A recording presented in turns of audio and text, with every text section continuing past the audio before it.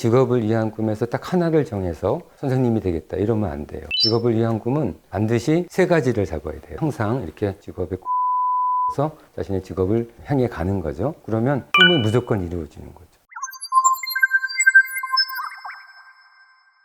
선생님 안녕하세요. 네. 네, 선생님 소개 간단하게만 부탁드릴게요. 네. 저는 젊을 때부터 좀 인문 철학을 좀 공부하다가 처음에는 어른들을 좀 가르쳤는데 어른들한테 가르칠 만한 능력이 안 돼서 아이들을 한번 가르쳐 볼까 하는 생각으로 한 10년 전부터 아이들을 교육하는 이지훈이라고 합니다.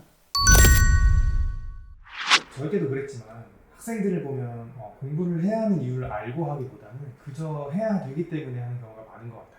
최종적으로는 좋은 대학과 좋은 직장에 가기 위해서 공부를 하는 학생들이 많은데 선생님께서는 공부를 해야 하는 근본적인 이유에 대해서 어떻게 생각하시나요?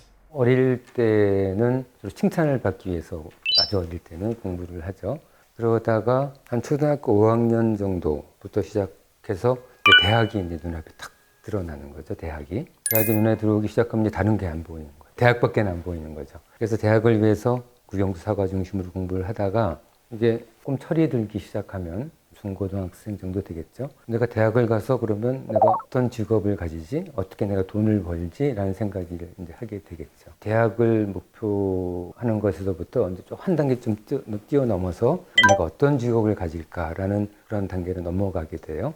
근데 뭐 의사가 될까, 변호사가 될까, 화가가 될까, 선생님이 될까 이런 직업을 위한 꿈을 가지면서 이제 공부를 하게 되는데 문제는 우리 사회적으로 굉장히 인정받는 직업을 갖는다고 하더라도 그 삶이 정말 행복하고 자유롭고 기분 좋은 그런 삶이 되지는 않는다는 거죠. 아무리 뛰어난 능력을 가지고 좋은 직업을 가졌다고 하더라도 내 삶을 뒤돌아봤을 때 좀 시간이 지나야 되겠지만 내가 정말 인생을 잘 살아왔다라는 그런 생각을 가지기 위해서 우리는 무엇을 위해서 살아야 되는지에 대한 의문이 탁 들기 시작하는 거예요. 좋은 대학, 좋은 직업을 가지고 살다가 한참 지나서야 겨우 깨닫게 되는, 좀 아쉽지만 그렇게 되면 자기 인생에서 많은 시간, 어떨 때는 대부분의 시간을 내 인생의 진정한 의미 이런 것들을 인식하지 못하면서 살게 되는 거죠. 그래서 공부해야 되는 목적이 내가 왜 살아야 하는지, 어떤 목표를 가지고 살아야 하는지, 어떤 가치를 가지고 살아야 하는지를 알아야지만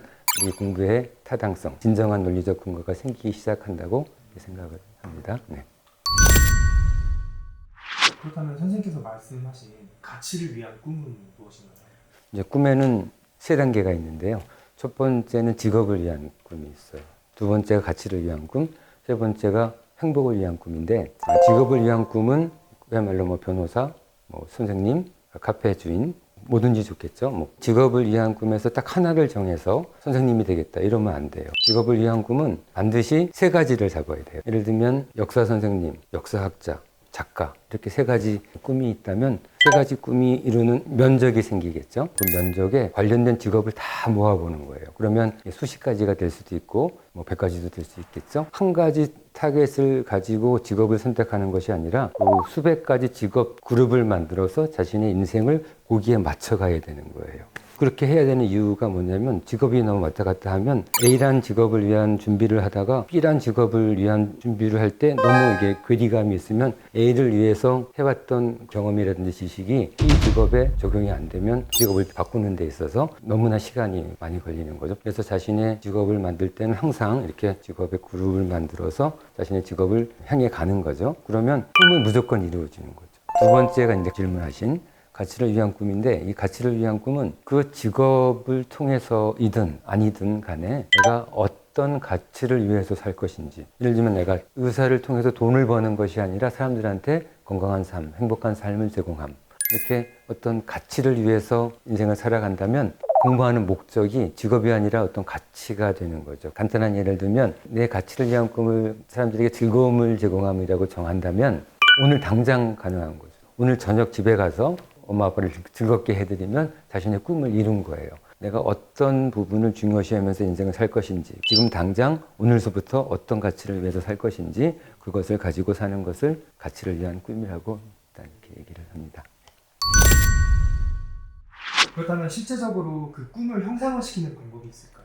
제가 아이들한테 주로 강의하는 내용은 그 꿈을 형상화시키기 위해서 무엇을 해야 될지 찾아야 되니까 브레인스토밍 같은 방법으로 예를 들면 전쟁이 없는 세상일 수도 있고 환경 오염이 없는 세상, 질병이 없는 세상 이렇게 우리가 바라는 세상을 아이들한테 리스트를 하게 하고 그 바라는 세상으로부터 여러 가지 이제 직업이 나오겠죠. 그 직업이 수십 가지, 수백 가지가 나오고 그 직업을 통해서 가치까지 넘어가는 거죠. 예를 들면 우리가 로봇을 통해서 편리한 세상을 바라는 세상으로 정했다면 로봇 공학자가 자신의 직업이 될 거고 내 가치를 위한 꿈은 사람들에게 편리함을 제공합니다. 이렇게 정하는 그 과정이 꿈을 형상화시키는 과정이 되겠습니다. 네. 아기 때는 다 천사들이잖아요. 우리 아이는 착해 하지만 세상을 살다 보면 자기가 악해지지 않으면 살아남을 수 없는 걸 조금씩 터득해 나가는 그런 과정이 사회생활 과정이기 때문에 착하다는 그 믿음만 가지고는 아이들이 착해지지 않아요. 근데 제 생각에는 어렵지 않다. 아이들을 착하게 키우고 품성 좋게 키우는 것은 어렵지 않다.